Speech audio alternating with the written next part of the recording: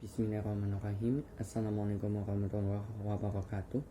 Nama saya Syahrul Hidayat dari kelas 12 MIPA 1. Di sini saya akan sedikit membahas tentang konsep ijtihad dan bermazhab. Sebelum kita bahas tentang bermazhab, sebelum itu kita membahas dulu tentang ijtihad. Pengertian ijtihad. Ijtihad menurut bahasa berasal dari kata jahada yang artinya kesungguhan atau sepenuh hati. Sedangkan menurut istilah, ijtihad adalah mengerahkan seluruh kemampuan dirinya untuk mencapai suatu tingkatan tertentu atau derajat tertentu di bidang keilmuan atau yang biasa disebut dengan faqih melalui cara istinbat untuk menghasilkan dugaan-dugaan yang kuat tentang hukum syarat yang bersifat amaliyah. Ijtihad ini dapat dipandang sebagai salah satu metode yang dapat digunakan untuk menggali sumber hukum Islam.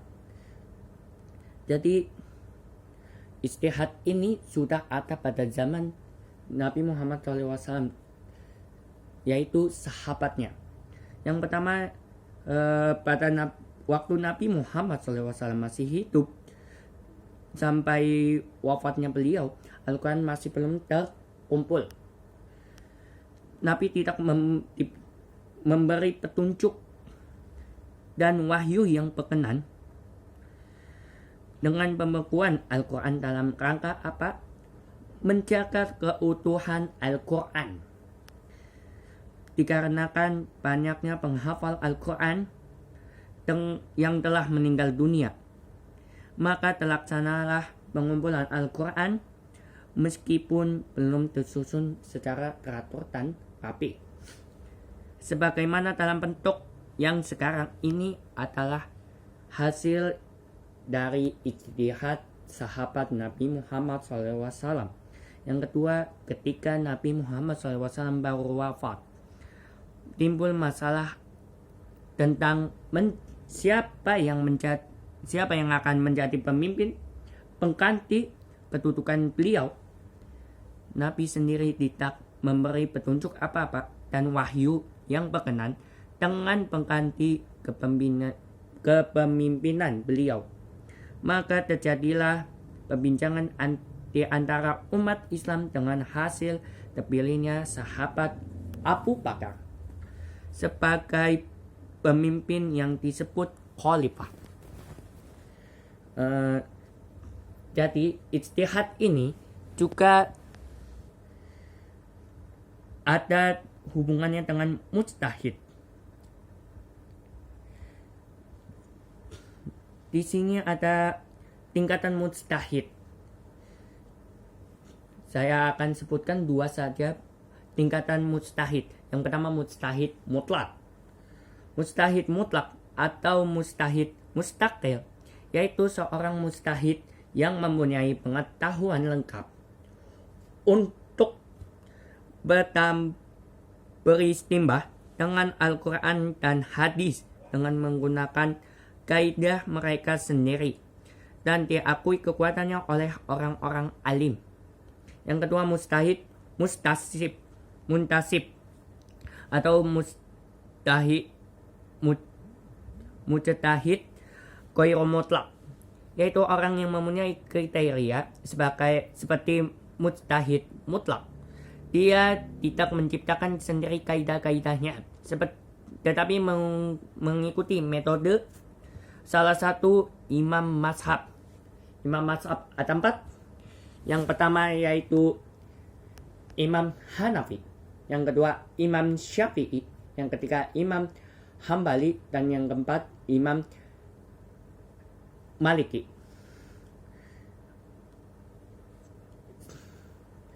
Ijtihad ini tidak sembarangan,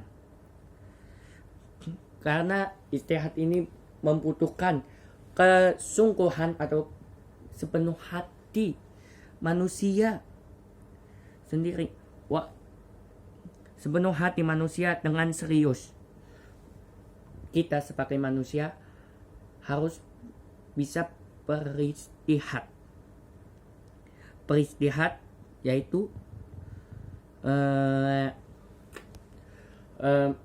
kesungguhan atau sepenuh hati dengan serius. Kita harus serius dalam beristihad, apalagi kita harus serius dengan beristihad kepada Allah Subhanahu wa Ta'ala. Selanjutnya itu ada bermazhab. Bermazhab, pengertian bermazhab atau yang disebut dengan mazhab. Pengertian mazhab menurut bahasa, mazhab adalah pendapat kelompok aliran permula dari pemikiran. Menurut istilah,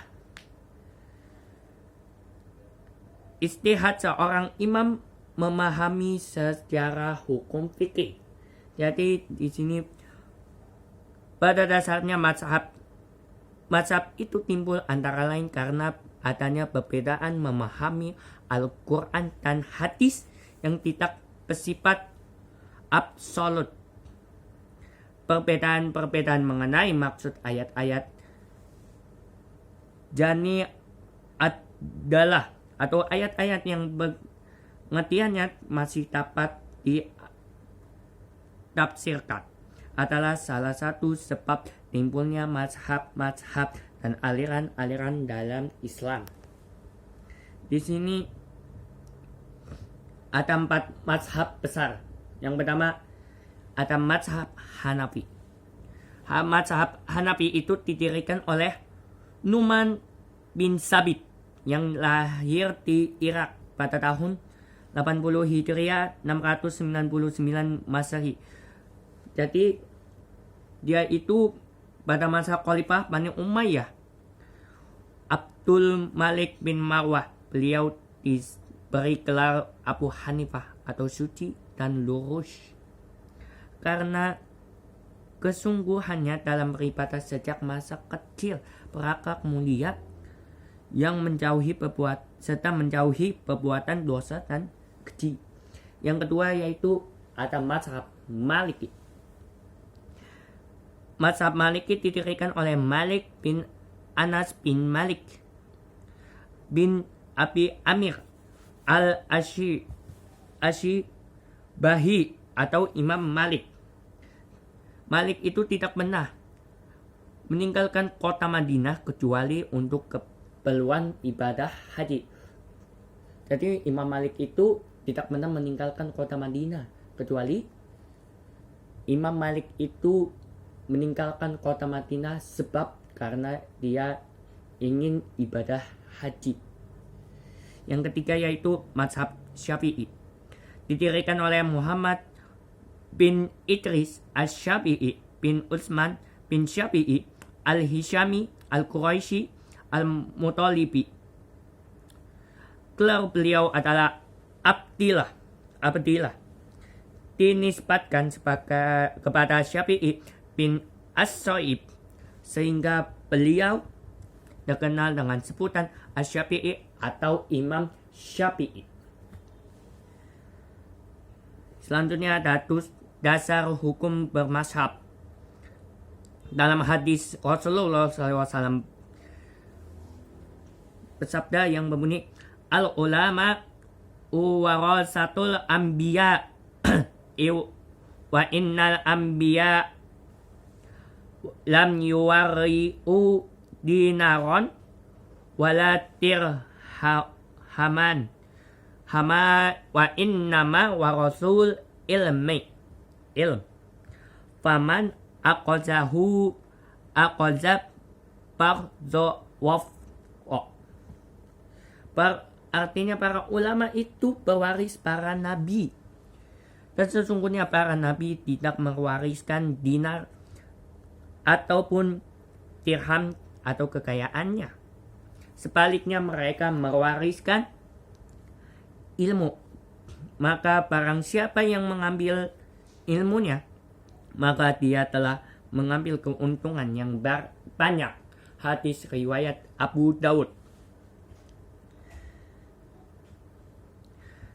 Ulama mazhab Hanafi, Maliki dan Syafi'i dan serta Hambali beliau telah disepakati oleh para ulama paling memiliki otoritas dan lebih dipercaya dalam menafsirkan sumber hukum Islam, yaitu Al-Quran dan hadis. Ada klasifikasi pemazhab. Yang pertama ada taklid. Yang kedua yaitu ada peta. Yang kedua, taklid itu dalam penjelasan dapat didefinisikan hakikat taklid, yaitu yang pertama, taklid itu adalah beramal dengan mengikuti ucapan atau pendapat orang lain. Yang kedua, pendapat atau ucapan orang lain diakui tidak bernilai 7. Yang ketiga, orang yang mengikuti pendapat orang lain itu tidak mengetahui sebab atau dalil-dalil dan hujah dari pendapat yang diikutinya. Yang dalam penjelasan hakikat taklid itu ada hukum Islam atau syarak yaitu yang pertama mujtahid, yaitu orang yang mempunyai pendapat yang dihasilkan melalui ijtihadnya sendiri. Jadi mujtahid itu mempunyai pendapat yang diberikan melalui ijtihadnya sendiri. Yang kedua, muqallid, yaitu orang yang tidak mampu menghasilkan pendapatnya sendiri. Dia muqallid itu orang yang tidak mampu menghasilkan pendapatnya sendiri.